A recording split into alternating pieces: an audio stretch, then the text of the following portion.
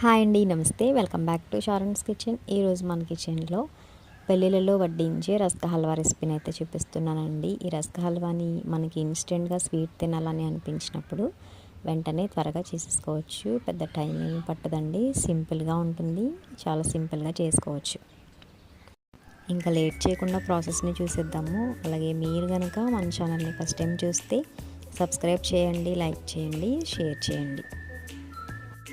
ఇక్కడ ముందుగా నేను ఒక 10 రస్కులను అయితే తీసుకున్నానండి. మీరు ఏ బ్రాండ్ రస్కులనైనా తీసుకోవచ్చు.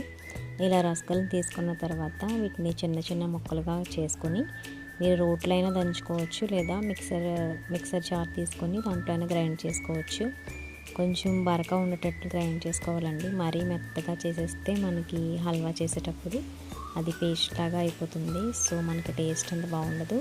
సో ఇలా ఇక్కడ చూపిస్తున్న విధంగా బరకగా గ్రైండ్ చేసుకోవాలి. ఇప్పుడు ఈ పొడిని ఏదైనా కప్పుతో కొలుచుకోవాలి. ఇక్కడ నేను తీసుకున్న 10 రస్కులకి నాకైతే 1 కప్పు, అలాగే ఇంకొక పావు కప్పు వరకు రస్కు పొడి అనేది వచ్చిందండి.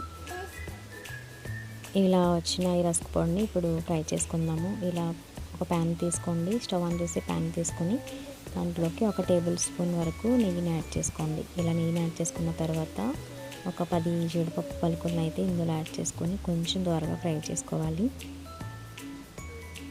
ఇలా ఇవి దోరగా ఫ్రై చేసుకున్న తర్వాత కొన్ని కిస్మిస్లను అయితే ఇందులో యాడ్ చేసుకోవాలి. ఇలా ఈ రెండింటిని కొంచెం దోరగా ఫ్రై చేసుకోవాలి. కిస్మిస్లు అనేవి కొంచెం పొంగేంత వరకు ఫ్రై చేసుకోవాలి. ఇలా ఫ్రై చేసుకున్న వీటిని ఒక ప్లేట్లోకి తీసుకోవాలి.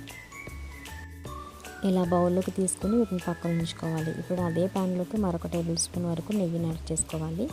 ఇప్పుడు నెయ్యిని యాడ్ చేసుకున్న తర్వాత ఇందులోకి మనం ముందుగానే గ్రైండ్ చేసి పెట్టుకున్న రస్కు పొడి ఉంది కదండి, దీన్ని అందులో వేసుకొని మంటని లో ఫ్లేమ్లో పెట్టుకొని ఫ్రై చేసుకోవాలి. మంటని హై ఫ్లేమ్లో కానీ మీడియం ఫ్లేమ్లో కానీ పెట్టకూడదండి. ఇలా మనం ఎక్కువ మంట మీద వేస్తే ఈ రస్కు పొడి అనేది మాడిపోయి మనకి హల్వా అనేది అంత టేస్ట్గా రాదు. సో మనం ఇలా మీడియం ఫ్లేమ్లో కాదు, లో ఫ్లేమ్లో మాత్రమే పెట్టుకొని ఈ రస్కు పొడిని ఫ్రై చేసుకోవాలి. చూడండి, ఇది కొంచెం కలర్ మారిన తర్వాత ఒక బౌల్లోకి తీసేసుకొని పక్కన ఉంచుకోవాలి.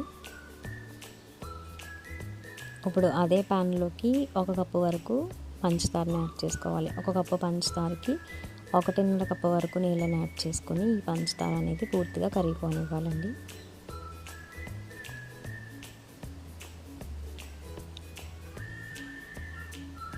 చూడండి, ఇలా పంచదార అనేది కరుగుతున్నప్పుడే ఒక 3 యాలకుల్ని ఇలా దంచుకొని వేసుకోవాలి. మీ దగ్గర యాలకుల పొడి కనుక ఉంటే మీరు హల్వా రెడీ అయిన తర్వాత ఆఖరిలో దాన్ని వేసుకోండి. నేనైతే ముందుగానే ఇలా 3 యాలకుల్ని దంచుకొని వేసుకుంటున్నాను.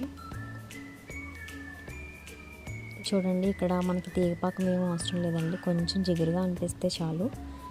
ఇలా పాకం అనేది కొంచెం జిగురుగా వచ్చిన తర్వాత దీంట్లోకి ఒక పించ్ వరకు ఫుడ్ కలర్ని యాడ్ చేసుకోండి. ఫుడ్ కలర్ అనేది పూర్తిగా ఆప్షనల్ అండి. మీ దగ్గర ఇదే ప్లేస్లో కుంకుమ పువ్వు అనేది ఉంటే దాన్ని మీరు యాడ్ చేసుకోవచ్చు. నేనైతే ఫుడ్ కలర్ని యాడ్ చేస్తున్నాను. ఇప్పుడు మనం ముందుగానే ఫ్రై చేసి పెట్టుకున్న రస్కు పొడి ఉంది కదా, ఈ రస్కు పొడిని పంచదార పాకంలో వేసేసుకోవాలి. ఇలా వేసేసుకుని కలుపుతూనే ఉండాలండి, లేదంటే ఉండల్లాగా కడుతుంది. సో ఇలా కలుపుతూనే ఉండాలి. ఇలా మంటను మీడియం ఫ్లేమ్లో ఉంచుకొని ఇలా కలుపుతూ ఉంటే చూడండి మనకి ఇలా దగ్గరగా అవుతుంది. ఇప్పుడు మరొక 1/2 టేబుల్ స్పూన్ వరకు మనం నెయ్యిని యాడ్ చేసుకోవాలి. మీరు నెయ్యిని ఎక్కువగా తినేవారైతే మరొక టేబుల్ స్పూన్ వరకు ఇక్కడ నెయ్యిని యాడ్ చేసుకోవచ్చు. ఇప్పుడు మనం ముందుగానే ఫ్రై చేసుకున్న జీడిపప్పు కిస్మిస్ని ఇందులో యాడ్ చేసుకొని మరొకసారి ఈ హల్వాని కలుపుకోవాలి.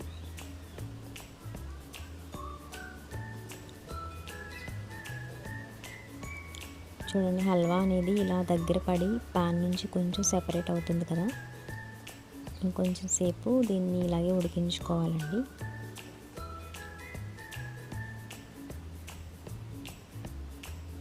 చూడండి, కన్సిస్టెన్సీ అనేది ఇలా ఉంటే సరిపోతుంది.